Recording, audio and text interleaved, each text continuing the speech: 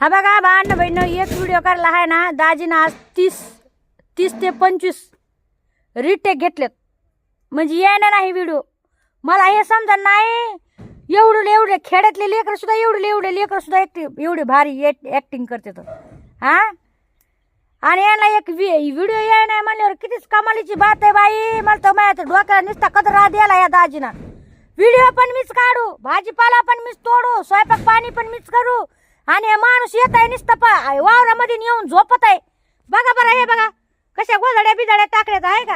आणि आता ती जाळ केला आता काय म्हणते चहा करून दे आता. बघा आता आहे का ठेसा भाकरी खाल्ली मस्त पैकी झोपली तिथे बघा आहे का. मी गेले तोडून आणलाय भाजीपाला. बयाचा संसार असतोय का.